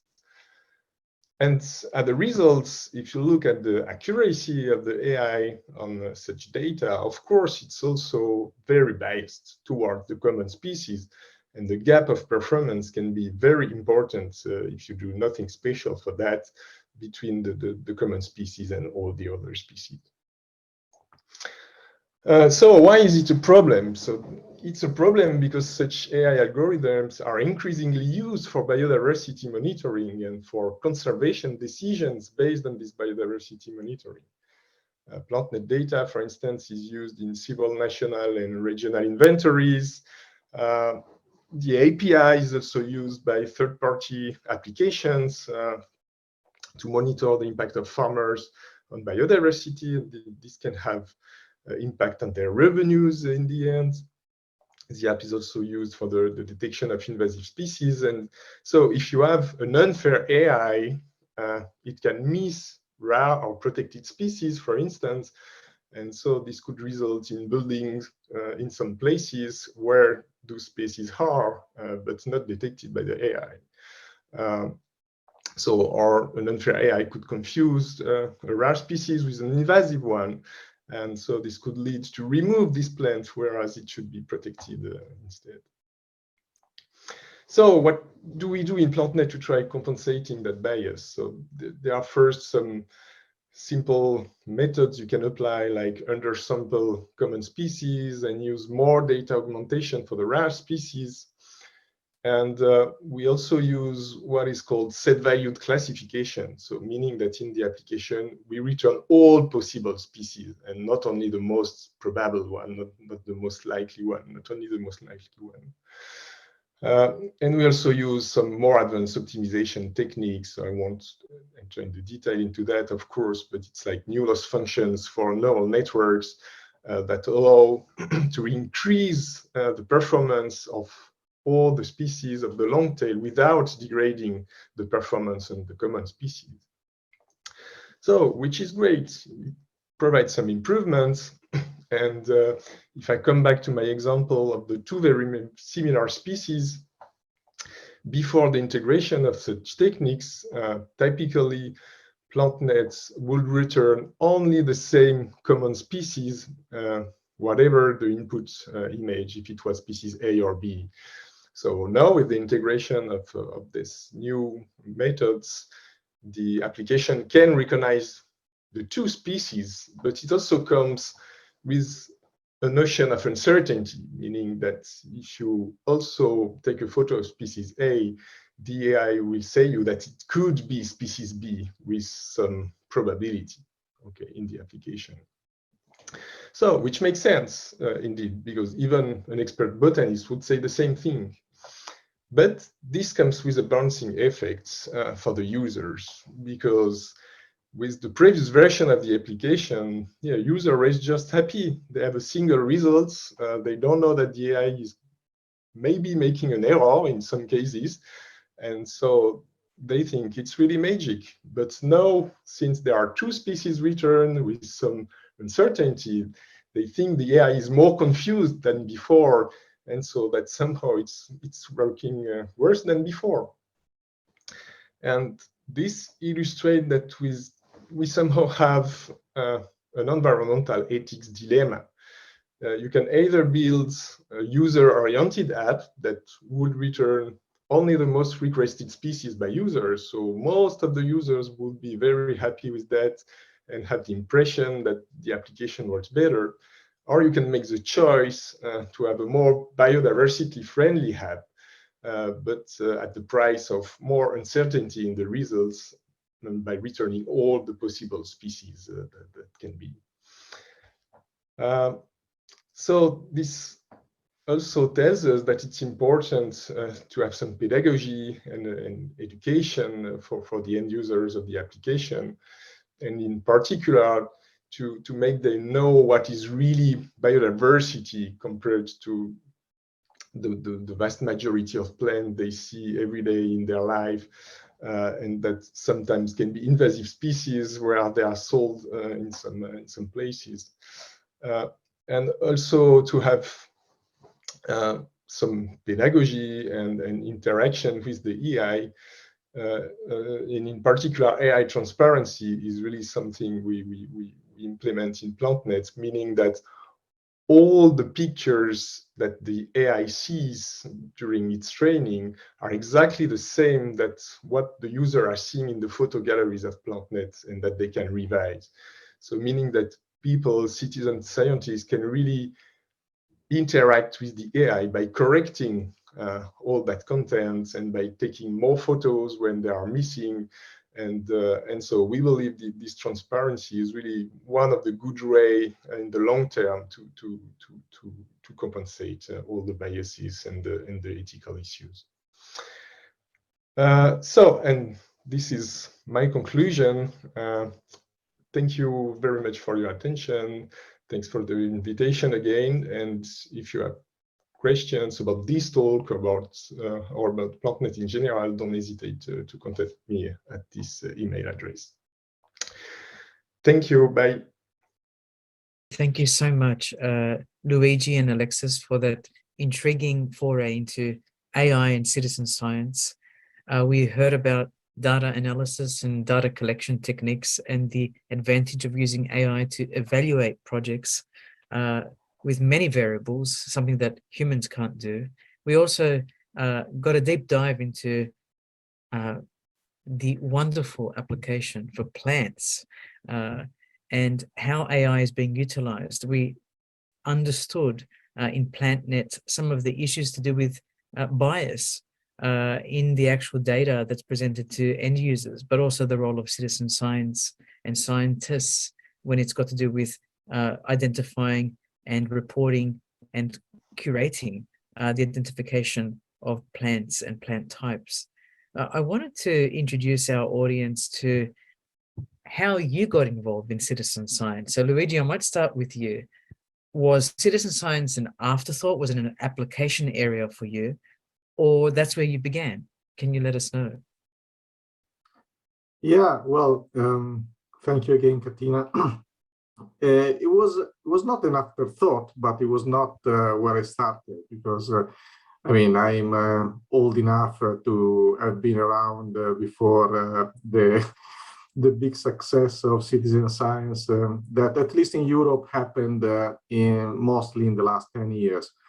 So 10 years ago, I wrote a big project proposals about water quality based on citizen science. We were measuring the color, transparency, and fluorescence of water through kits that could be produced by citizens and very low cost instruments. We got a big grant from the European Commission, and at the moment I was working in personalized health, and I shifted to citizen science, and I stayed there because I really liked it. I'm now applying citizen science to environmental challenges. So I'm really focused on citizen science and environment. And I see a lot of possibilities. So now I'm trying to expand my work to Africa, and I see even more opportunities in the global south. Yes, indeed. And Alexis, your introduction into citizen science, did it happen the other way around? You were a STEM professional and then ventured into citizen science. How did it work for you? Yeah, so my main background was in machine learning and computer vision at the beginning, and then I met Pierre, a botanist. So the first entry point was more plants and biodiversity, I would say, but we quickly came to citizen science because we ourselves started to collect data because there was no data at that time. So it was a kind of small citizen science project with only 5-10 people, and then it grew. And now I'm still using the app a lot myself. So I mean, and even sometimes my wife is complaining about that because she doesn't want the kids to use a smartphone when we are working, so things like that. But I'm still practicing a lot, contributing to the app, and most of the PlantNet team is also active participant in the contribution of data and revision. Yeah. It's interesting, isn't it? A lot of people have had motivation in creating AI-based or application-based systems for citizen science, and that has more to do with getting the kids off games, for example, and getting them to collect real data from the field, whether that's of animals or plants or of the earth around them. Luigi, tell us about Earthwatch. Yeah, Earthwatch is where I work. We are based in the UK. We have an office in Oxford. And Earthwatch is really dedicated to citizen science. So definitely more citizen science than AI. Because I have a background in AI, I try to introduce some AI in some of our projects. But Earthwatch has their hands in many projects that are related to the environment, as I was saying. In particular, we work on water quality. We have a big project called Freshwater Watch that is about collecting and analyzing data about water quality, in particular related to the SDGs, the framework for challenges related to society that has been developed by the UN. And also we have two relatively newer projects. One is about urban biodiversity, and where we plant small forests in the middle of a city and try to understand how to engage people in environmental issues like urban biodiversity, the importance of having forests, not necessarily only in the urban environment, but in general, how to measure the growth of these forests. So a lot of citizen science engagement based in the place where people live. And lately, let's say our flagship project was the one that I mentioned before. It's a framework to measure the impact of citizen science. And this is at the moment, let's say, what we talk about at Earthwatch. We are about 50 people and very passionate people, and we try to extend our reach everywhere citizen science. What have you seen, Luigi, in these projects attracting more citizens to coming on board and becoming citizen scientists? What has the wave been like since 10 years ago? Say, are there more and more people coming online every day declaring that they are citizen scientists at the local level? Well, at least in our environment, let's say the European setting, citizen science citizen science is growing a lot lately. So this is in part due to the fact that there is more funding available, that in Europe it is now considered kind of a transversal discipline that is funded in not only in specific calls for citizen science, but also in calls for projects related to the environment, health, even industrial tracks. They have sometimes an element of citizen science that can be exploited. So this facilitates a lot our outreach and our, let's say, getting more people involved in this. And I feel that at the moment is still growing. I don't know if this will be sustained forever, but if I compare this with about 10 years ago, when in Europe citizen science was still not very widely known, now I have to say that it is becoming a more established field of science. So we are very happy because at Earthwatch we really are focused not only on the scientific outcomes of this, but also on the people empowered. So this is becoming more and more true.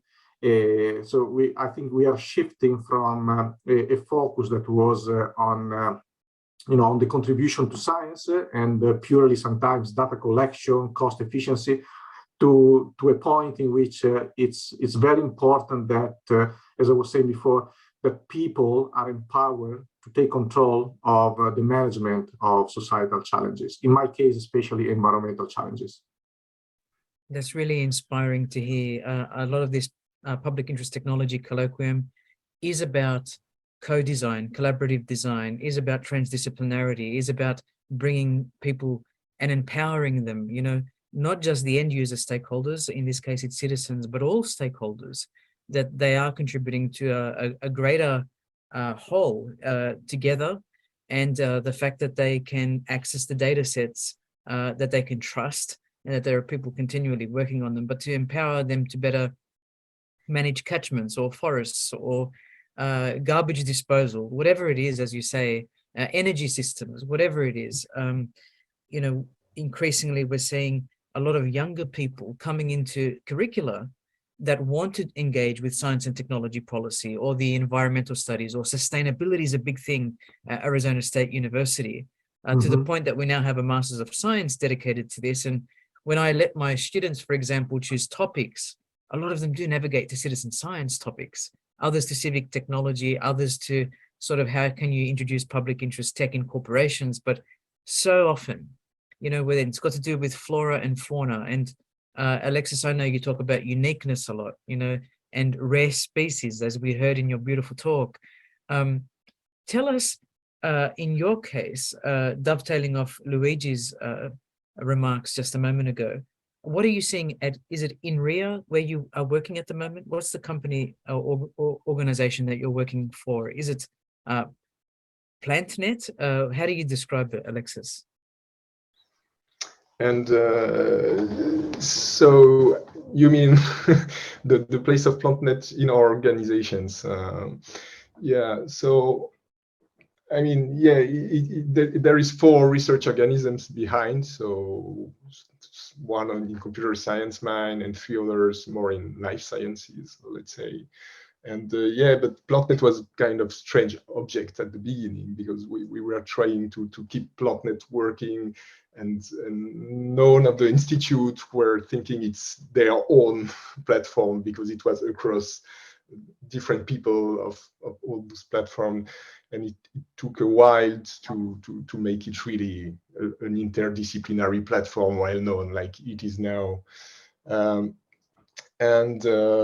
no, I think it's changing, and for instance, yeah, one of the organisms, INRA, is now organizing a prize for citizen science research, so for the best citizen science projects, and I'm in the jury of this prize, and I saw that there are so many projects now that are doing citizen science in those organisms, and so yeah, I really think things are changing towards more appropriation of all the citizen science concepts. by your research institutes. Do you think you will continue to focus on plants, or are some of the learnings that you have gained from studying plants and bringing plants to the mobile apps, for example, can they be transferred to other species? Yeah, so we have a lot of demand about that.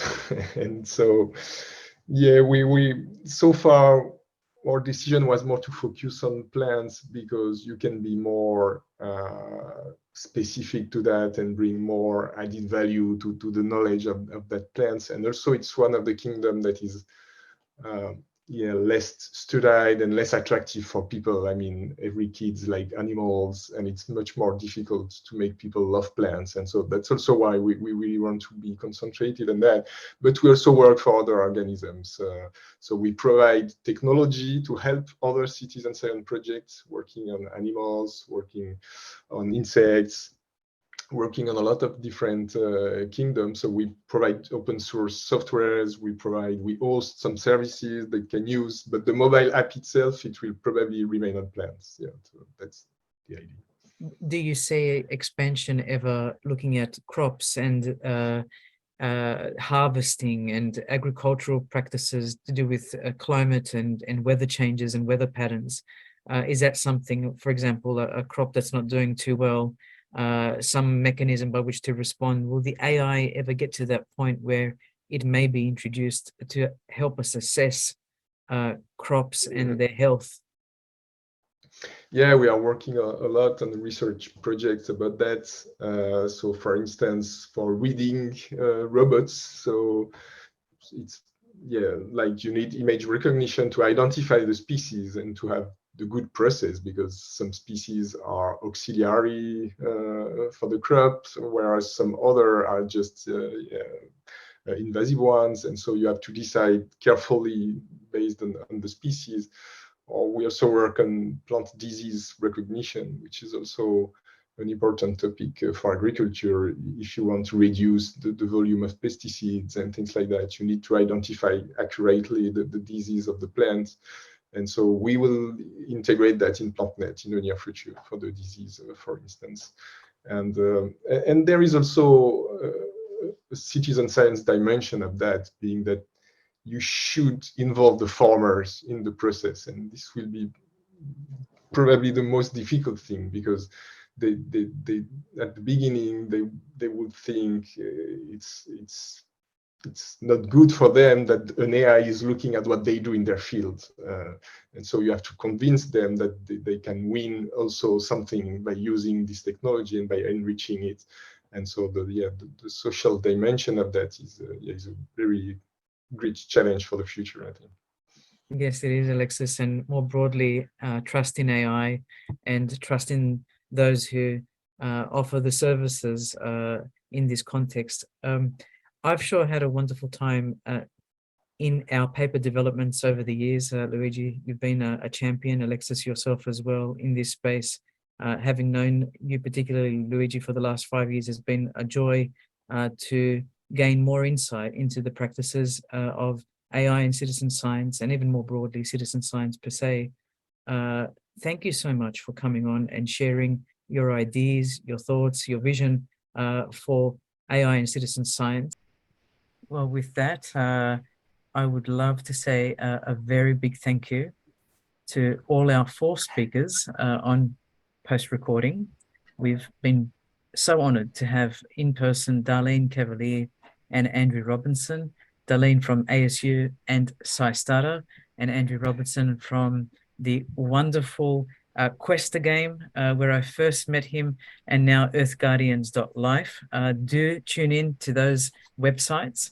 I'd also like to thank Luigi Ciccarone, who manages strategic research at Earthwatch and is the co-founder of 1,000,001 Labs, and also the wonderful Alexis Jolly, research director at INRIA and also scientific lead at PlantNet platform.